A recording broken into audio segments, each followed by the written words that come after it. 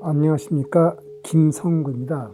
오늘은 무엇이 불교인가, 그리고 무엇이 불교가 아닌가에 대한 시리즈 강의 제2부 가운데 8번째 강의를 시작하겠습니다. 강의 제목은 비바라문교 시대인데, 이제 바라문이 활약하던 시대에 바라문이 아닌 다른 사상가들, 소위 사문이라고 하는 사람들이 출현해서 활약하던 시기를 말씀드리는 것입니다. 기원전 6세기 무렵은 전 세계적으로 인류의 사상적 황금기가 열린 시기라고 할 수 있습니다. 인도에서는 부처님이 출현하였고, 중국에서는 공자와 노자가 나왔으며 제자백가 사상이 꽃을 피웠습니다. 그리고 페르시아에서는 장차 유대교와 기독교 교리에 큰 영향을 준 윤리적 종교이자 일신교인 조로아스터교가 탄생하였고, 조금 늦게 그리스에서는 소크라테스의 가르침이 나왔고, 그 다음에 플라톤과 아리스토텔레스가 소크라테스의 가르침을 계승하여서 서양 철학의 토대가 마련된 시기가 바로 이때입니다. 불교가 탄생할 바로 이 무렵 인도는 정치적 사회적으로 많은 변화가 일어난 격변의 시대인데, 종교와 사상계에서도 큰 변화가 있었습니다. 소위 사문이라고 부르는 혁신적인 신흥 사상가들이 출현한 것입니다. 이 사문은 산스크리트어 슈라마나의 음력인데, 슈라마나는 출가 수행자, 고행자, 유행성, 마음을 쉬기 위해 끊임없이 노력하는 사람 등의 뜻을 가지고 있습니다. 우파니샤드의 사상가들도 이미 바라문교의 제삼만능주의를 반성하고 현상계 이면에 있는 진리를 추구하고 사물의 본질을 찾으려고 노력했지만, 우파니샤드의 사상가들은 바라문 중심 사회에 아직도 머물고 있었습니다. 이 우파니샤드의 사상가들과는 달리 사문들은 바라문 중심 사회 밖에서 바라문교의 제삼만능주의를 신랄히 비판하면서 자기들의 사상을 마음껏 펼쳤습니다. 사문은 자유사상가들로서 바라문교의 제삼만능주의를 비판할 뿐만 아니라 베다를 성전으로 인정하지도 않았고, 바라문교 사제의 권위도 인정하지 않았습니다. 사문들 중에는 극단적인 유물론자도 있었지만, 대체로 업과 윤회 사상에 입각하여 괴로움의 세계인 윤회로부터 벗어나는 것을 목표로 삼는 출가 수행자들이 대부분이었습니다. 그리고 이 사람들은 주로 걸식을 하고 남이 버린 옷을 주워 입고 나무 아래서 선수행을 하였습니다.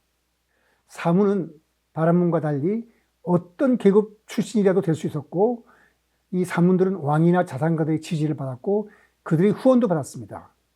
그리고 부처님도 육사외도도 모두 사문이었습니다. 육사외도라는 건 뭐냐면 불경에 나오는 불교 이외에 어떤 다른 사상을 펴는 사람들만 해서 진리의 일면만 말하지 진리를 제대로 말하지 않는다 해서 외도라고 부르는 것입니다. 이제 이 비바라문 시대에 대해서 알아보도록 하겠습니다. 불교의 초기 시대에 해당하는 기원전 6세기서부터 3세기 무렵을 비바라문교 시대라고 하는데, 이때 바라문교가 쇠퇴하고 바라문교 이상의 세력을 가진 종교 사상이 나타났다는 그런 뜻은 아닙니다. 종교적으로는 아직도 바라문은 굉장히 큰 세력을 갖고 있었습니다. 바라문교는 시골에서는 여전히 가장 강력한 종교 세력이었는데, 다만 도시에서는 바라문들의 종교적 권위와 지도력이 상대적으로 약화되었고, 바라문의 사상에 맞설 만한 새로운 사상이 나와서 자유롭게 자기 주장을 펼 수 있는 시대가 도래했다는 그런 뜻입니다. 비바라문교 시대의 도래는 시대적 배경과도 관련이 있습니다. 바라문 시대라고 부르는 후기 베다 시대에는 아리안들이 시족사회를 벗어나 군데군데 소왕국을 세울 때였습니다. 그래서 소왕국을 세운 왕들은 권력 기반을 다지기 위해 바라문과 손을 잡았었습니다. 왕들은 대규모 제사의식을 통해 자연스럽게 제왕으로 인정을 받았습니다. 그래서 이렇게 해서 종교 정치 결탁은 신정일치 사회를 이루어서 계급 구조를 더 공고히 하여서 사성 계급 제도는 점점 복잡한 형태로 발전하면서 오늘날의 카스트 제도와 같은 모습을 갖추어갔고, 한동안 바라문의 권위에 도전할 세력은 없었습니다. 이때가 바로 바라문교의 전성기라고 할 만한 시대였습니다. 근데 사회의 이런 모습은 기원전 6세기 불교와 같은 신흥 세력의 도전에 직면할 때까지 계속되었습니다. 그러니까 기원전 대개 1500년부터 기원전 1000년까지를 전기 배다 시대, 그 다음에 기원전 1000년부터 기원전 500년까지를 후기 배다 시대라 그러는데, 어쨌든 이때까지는 신흥 세력의 도전에 직면할 때까지 바라문교는 전성시대를 구가하고 있었습니다. 그런데 이제 사회가 변하게 됩니다. 아리안족이 동쪽으로 이동해서 겐지스강 유역에 정착하면서 이 지방의 사회와 문화에는 현저한 변동이 생겨나게 되는데, 이 이동한 사람들은 새로운 정착지에서 원주민과의 혼혈을 통해 새로운 종족을 형성하였고, 또 전통적인 베다의 종교나 관습을 무시하고 아리안에서 파생된 소고를 사용했습니다. 그걸 뿌라크리트라 그러죠. 그 다음에 많은 농산물을 생산하게 되자 물자가 풍부해지고 이 물자를 교류하면서 상공업이 발달했습니다. 그러니까 경제적 발전을 통해서 자산가가 나타났으며 또 거대한 도시를 출현케 했습니다. 그리고 상공업자들은 조합을 만들어 도시의 경제적 실권을 장악하였습니다. 그러니까 도시의 발달과 상공업 발달을 바탕으로 큰 나라가 생기면서 초기에는 부족장에 불과하던 왕권이 크게 신장하고 전제적 국왕의 출현이 가능하게 됐습니다. 그러니까 바라문과 손잡았던 이 그 소왕국 시대가 이제 끝나가는 거죠. 그래서 전제적 국왕의 출현과 함께 인접한 약소국은 점차 큰 나라의 국왕이 통치하는 대국에 합병되어서 이제 코살라, 마가다, 아반티 등 16개국이 출현했습니다. 이게 기원전 대개 6세기경의 그 무렵인데, 그 지도에 보이는 대로 거기에 나오는 말라라든지 가시라든지 마가다 이런 것들은 다 그 16개 나라를 뜻하는 겁니다. 정치와 경제의 환경이 바뀌면서 종래의 계급 제도에도 변동이 생겨나게 됐습니다. 도시국가 사회에서 실권을 장악한 왕족과 상공업자들의 신분이 높아질 수밖에 없었습니다. 그러니까 상공업자들은 비록 브라만이 아니지만은 재산이 많으니까 신분이 높아지게 되는 거죠. 그래서 옛날 시족제 농촌 사회의 지도 올렸던 제사 중심의 바라문교는 도시 안에서는 그 힘을 충분히 발휘할 수 없었고, 거기에 따라서 이 바라문들이 독점하던 사회 지배도 점차 무너지고 있었습니다. 농촌 사회는 예외였지만 도시에서는 바라문을 대신하여 크샤트의 지위가 높았고, 국왕은 사회의 최고의 층으로 인정받았지만 결코 신성지되지는 않았습니다. 또한 노예 출신이라도 재물이 많은 자산가는 왕족과 바라문의 존경을 받았고, 바라문 중에도 자백의 종사자가 생겨났습니다. 그러니까 새롭게 출현한 이 도시 분위기는 모든 것을 전생에 지은 업의 결과로 돌리는 바라문교의 교리에 회의를 느끼고 보다 합리적인 새로운 사상의 출현을 고대하고 있었습니다. 이때 나타난 사상가들이 바로 사문들이었습니다. 사문들 각자는 종교적 생활 공동체인 승가의 지도자였습니다. 그리고 신흥계급들은 이 사문들의 혁신적인 사상을 지지하였고, 왕들도 인간이 지켜야 할 법을 설하는 사문들에게 몸소 찾아와 가르침을 받았고, 왕들과 자산가들이 사문을 크게 후원했습니다. 그러니까 사문들 중 육사외도의 사상을 간단히 한번 살펴보기로 하겠습니다. 사문은 바라문과 달리 어떤 계급이든 될 수 있었는데, 불교 경전은 사문에 대해서 육사외도 또는 육시비견으로 정리하여 전하고 있습니다. 또 자인학에서는 크게 구분해서 4가지, 또 자세히 구분해서 363가지의 사문도 있었다고 전합니다. 아마 다 있었겠죠. 그래서 불경에 전하는 주로 육사외도에 대해서 한번 살펴보도록 하겠습니다. 이 사람들의 사상을 살펴보는 것은 새로운 어떤 것을 이 사람들이 가르치면서 얻기 위해서가 아니라, 인간이 진리에 대해 생각할 수 있는 것은 이미 2600년 전에 다 생각했던 사실을 강조하기 위함입니다. 그러니까 우리가 생각할 것은 이미 다 생각했던 사실은, 말로 표현할 수 있는 진리는 우리에게서 먼 곳에 있지 않다는 사실을 말해주는 것이고, 또한 우리가 접하는 종교, 철학, 과학적 주장을 비교 검토하는 데 큰 도움을 줄 것입니다. 먼저 브라나 까사빠라는 사람인데, 까사빠라는 성은 인도 바라문들의 대표적인 성으로서 우리나라 김씨처럼 굉장히 많습니다. 부처님의 제자 중에서 까사빠라는 성을 가진 사람이 많죠. 이 브라나 까사빠는 도덕을 부정하는 도덕 부정론을 내었었습니다. 뭐냐면 도덕적인 선악의 행위가 그에 상응하는 과보를 낳지 않는다고 하는 도덕 부정론을 주장했는데, 내가 선한 행동을 한다 해서 반드시 선한 것에 대해서 어떤 좋은 과가 따르고 나쁜 행위를 한 데서 나쁜 과보를 따르는 것이 아니라는 도덕 부정론을 주장했습니다. 그런데 이걸 잘 생각해 보면 유물론자로서 윤회를 인정하지 않고 신의 존재를 인정하지 않는다면 우리가 바르게 살아야 될 이유가 뭔지를 생각해 봐야 될 겁니다. 그리고 또 바르게 사는 것이 무엇인지를 생각해 봐야 될 겁니다. 바르게 살아야 할 윤회에 따른 과보나 신의 섭리와 같은 우주적 법칙이 없다면 선악은 우리의 주관적 판단에 불과할 것입니다. 환경이나 조건이 바뀌면 선악의 기준도 바뀔 것입니다. 옛날 특별하게 천도라든지 신의 섭리라든지 윤회와 같은 이런 우주적 어떤 법칙을 내세우지 않고 그냥 살던 시족 사회라면은 그 시족에게 유리한 것은 선한 것이고 그 시족에게 불리한 것은 악이었습니다. 그런 생각을 한다면은 도덕 부정론도 나올 수 있는 겁니다. 왜냐하면 시간이 바뀌면 또 바뀌니까 지금 옳다는 것이 왜 옳은 거냐 하는 것은 묻게 되는 거죠. 그 다음에 마칼리 고살라는 이 아지비카의 교주로서 이 숙명론을 지지한 사람이었습니다. 이 마칼리 고살라는 윤회나 업을 인정하였지만 인간의 도덕적 상태나 인격 상태는 아무런 원인이나 이유가 없으며 그렇게 되도록 되어 있다는 겁니다. 뭐냐면은 우리 중생의 상태는 제가 태어나고 싶어서 이런 모양으로 태어난 거 아니듯이 어떤 힘에 의해서 그렇게 만들어졌다는 것입니다. 그걸 뭐냐면은 운명이나 그들이 속한 종, 또 중생들이 속하는 천생에 의해 결정되기 때문에 자신의 행위나 노력은 아무 소용이 없고 그냥 어떤 정해진 숙명에 따라서 이렇게 된 것이다. 그래서 뭐라 그랬냐면은 어리석은 자나 지혜로운 막론하고 840만 대급이라는 거의 무한에 가까운 윤회를 거듭한 끝에 결국은 결함이 끝난다.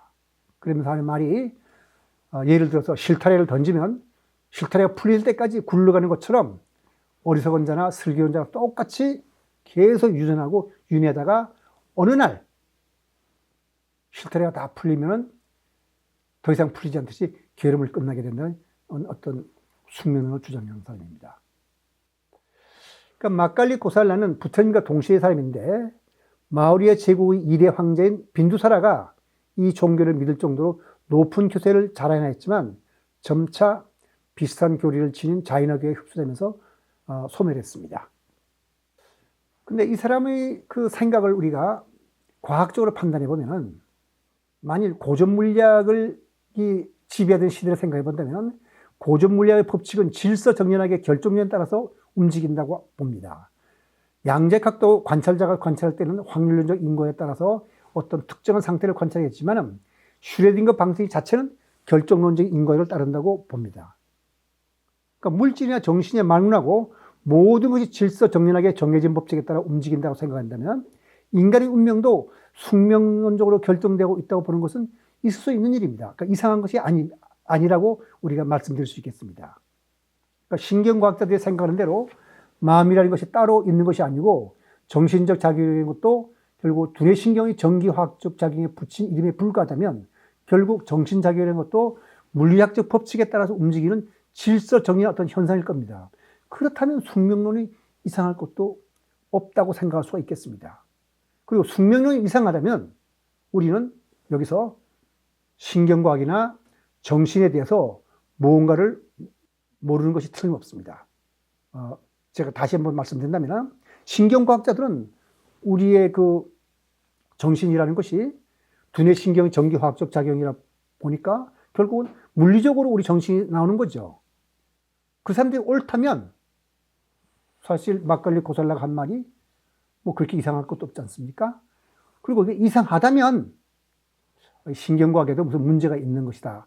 이렇게 우리가 생각을 해야 된다는 그런 뜻입니다. 그 다음에 아제타 케사캄발리는 철저한 유물론자로서 인간은 흙, 물, 불, 바람의 4원소로 구성되어 있어서 죽으면 각 원소는 자연으로 돌아가고 아무것도 남지 않는다 했습니다. 소위 불교적으로 말하면 단멸론이죠. 따라서 인간이 생전에 짓는 도덕적, 종교적 행위는 아무런 가치가 없다고 주장했습니다. 왜냐하면 죽어서 아무것도 남지 않는다면은 내가 지금 잘못을 저질했던, 옳은 일을 했던, 남한테 칭송을 받는 일을 했던, 죽어서 그게 무슨 의미가 있냐. 그렇다면은 살았을 때는 뭐냐면은 결국 살아있으니까 감각적 욕망을 만족시키는 쾌락주의의 입장에 서 있었다고 우리가 볼 수 있겠습니다. 근데 사원소설은 부처님도 물질 현상을 설명해 사용하는 개념이고, 그리스에서는 엠페도클레스가 처음으로 시행하였고, 플라톤, 아리스토텔레스도 인정한 겁니다. 그리고 현대과학은 사원소설을 수용하는 건 아니지만은 결국 92가지의 자연수의 원소, 물론 인공적으로는 뭐 104가지가 있습니다만은 자연 속에 있는 92가지 원소도 있다니까 뭐 그렇게 크게 이상한 것이 아닙니다. 유물론이 옳다면. 이 사람의 의견도 현대 과학적으로 볼 때 적어도 부분적으로 수용할 수 있는 그런 소리겠네요. 그 다음에 사원소설보다 한 걸음 더 나간 것이 그리스의 데모크리토스의 원자설인데, 데모크리토스는 모든 것은 여러 가지 종류의 원자로 되어 있고 영혼도 이 원자들로 이뤘다고 봤습니다. 21세기에 이른 오늘날 주류 신경과학자의 생각도 기본적으로 데모크리토스의 생각과 같거나 유사하다고 볼 수 있습니다. 그렇다면 아시타 게사캄발리의 생각은 진리 한 면을 담고 있다고 볼 수 있겠습니다. 그렇게 이상하다고 볼 필요도 없습니다. 그 다음에 빠꾸타 까짜야나는 실려소설인데, 이 사람은 지수합봉 사원소 말고 고통, 고와 낙, 즐거움과 영혼이란 세 가지 요소가 있다고 했습니다. 그러니까 고와 낙도 어떤 원소로 본 거죠. 그리고 이것들은 만들어진 것이 아니고 영혼 불변의 것으로서 서로 방해하지도 않고 서로에게 즐거움이나 괴로움을 주지도 않고서 딱 고정 상태로 있다고 그러는 겁니다. 그러니까 이것도 영혼 불변의 것이니까 누가 칼로 사람의 머리를 자른다 해도 영혼 불변의 것을 잘라 죽일 수는 없어요. 단지 칼이 7가지 원소를 이루어진 몸속으로 쓱 빈 공간에 들어간 것에 불과하니까 죄도 안 된다고 본 것이죠. 우리가 이렇게 말하면 이상해 보이지만 이것도 잘 생각해 보면 뭐 그렇게 이상하지도 않습니다. 왜냐하면 사원소설보다 원소의 개수가 7개로 늘었을 뿐 원자설이 일정입니다. 특별한 것은 이들 기본 요소가 영혼 불변이라는 것인데, 이거는 이 사람만 주장한 것이 아니고 서양 철학의 뿌리가 되는 파르메니데스의 일자설이랑 마찬가지입니다. 파르메니데스의 일자설도 모든 것은 기본적인 원소 하나로서 영혼 불변이라고 했습니다. 그리고 이 파르메니데스의 일자설을 이어받아서 플라톤의 이데아설이 나온 거거든요. 그러니까 본질이 불변이라면 우리가 보는 변화나 고락은 뭔가 하는 문제가 생기는데, 그리스인들은 그것을 억측 또는 범부의 속견이라고 봤습니다. 그러니까 정말 이성적 사유로 인해서 진리를 보는 사람들은 일자를 보고 플라톤의 이데아를 본다는 것이죠. 그러니까 이 사람 주장도 뭐 그렇게 이상하다고 볼 게 없겠네요. 그 다음에 니칸다 나타푸타, 이 사람은 자이나계 교주 마하비라를 말하는데, 마하비라는 말 대영웅이라는 뜻입니다. 우리가 불교 사원을 가면은 그 대웅전이라고 하죠. 그 대영웅이 고주한다는 뜻 아닙니까? 바로 그런 뜻에서 자이나계 교주 마하비라를 대영웅이라고 부르는 겁니다. 자이나계 교주는 뭐라고 하셨냐면은 모든 악을 금하고 실천적인 측면에서는 엄격한 고행의 실천을 강조했으며, 살생하지 말고 훔치지 말고 음행하지 말고 거짓말하지 않고 소유하지 말라는 5가지 서원을 제청했습니다. 그리고 이 자이나교 교주가 가르치는 세계관은 세계가 영혼과 비영혼으로 대별되고 보는 그 이원론입니다. 비영혼은 다시, 비영혼이라면 물질 비슷한 거겠지만은 여기서 꼭 물질만은 아닙니다. 비영혼 다시 허공과 다르마와 그 다음에 아다르마, 이상하죠? 다르마는 올바른 행위나 법칙 같은 거라면은 아다르마는 그가 반대되는 거. 그러니까 물질은 후드갈라라 그러는데, 5개의 실체가 있게 됩니다. 그렇습니다. 영혼과 허공과 다르마와 아다르마 물질. 그리고 나중에는 시간을 넣어서 6개의 실체가 있다고 봤습니다. 그리고 이 푸드갈라라 부르는 물질은 또 원자라는 물질과 원자가 결합하여 이루는 물질을 다 말하는데 이 물질은 미묘한 물질입니다. 육체는 물론이고 우리가 들으신 숨과 마음도 원자가 결합하여 이루어진 물질로 봤습니다. 영혼과 마음을 다르게 본 것이죠. 그러니까 이 자연학에서 보는 마음은 푸드갈라라 부르는 아주 미묘한 물질로 된 겁니다.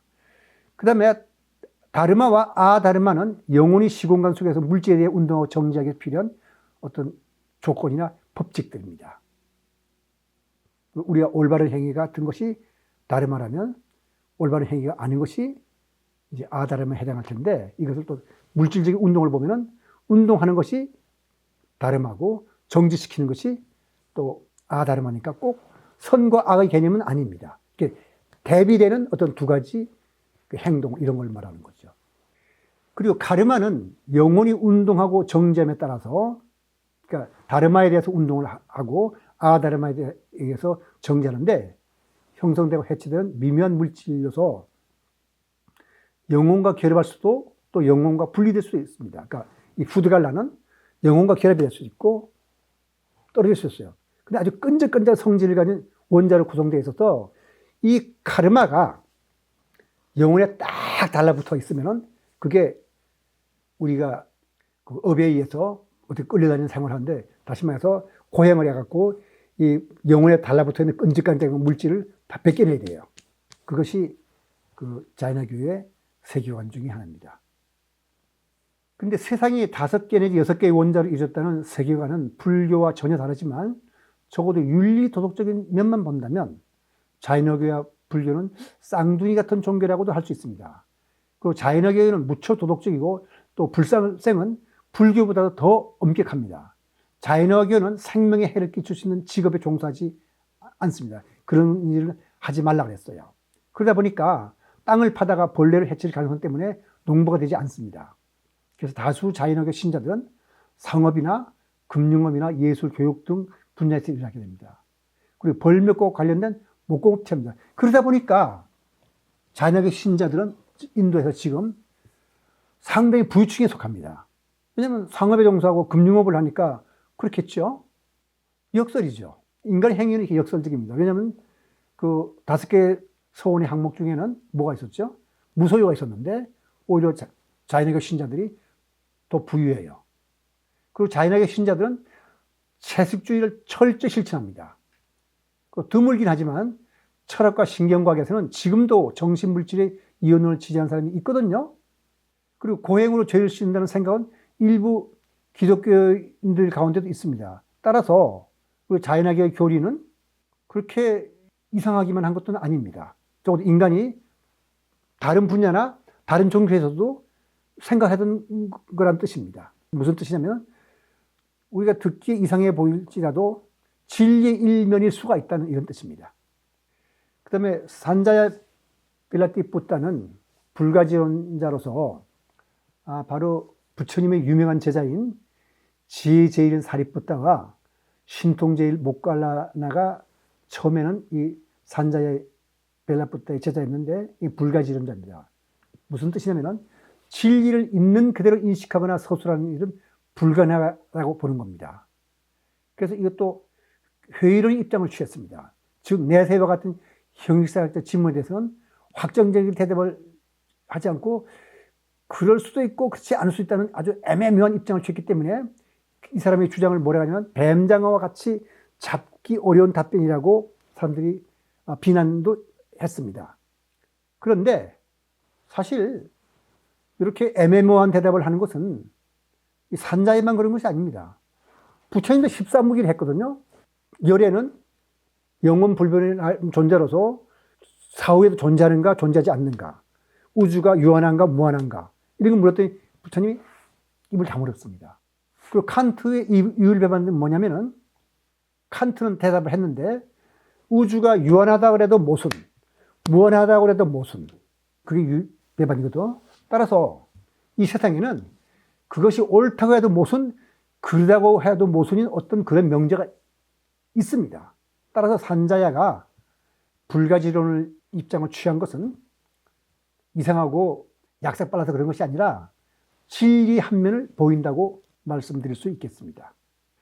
그래서 종합적으로 정리하자면 바람문과 육사여도가 말하는 세계관, 수행법, 실천 문제 등은 크게 두 가지로 대비할 수 있습니다. 우선 하나가 세계관은 전변설로서 작은 세계관 간에 유일한 불암에서 변했다고 그러는 전변설이 하나 있고, 또 하나는 적시설로서 유일 절대자를 인정하지 않고 여러 가지 개별적인 요소가 실체로 상주하는데 그것들이 모여서 인간의 세계를 성립한다는 적시설로 나눠봤습니다.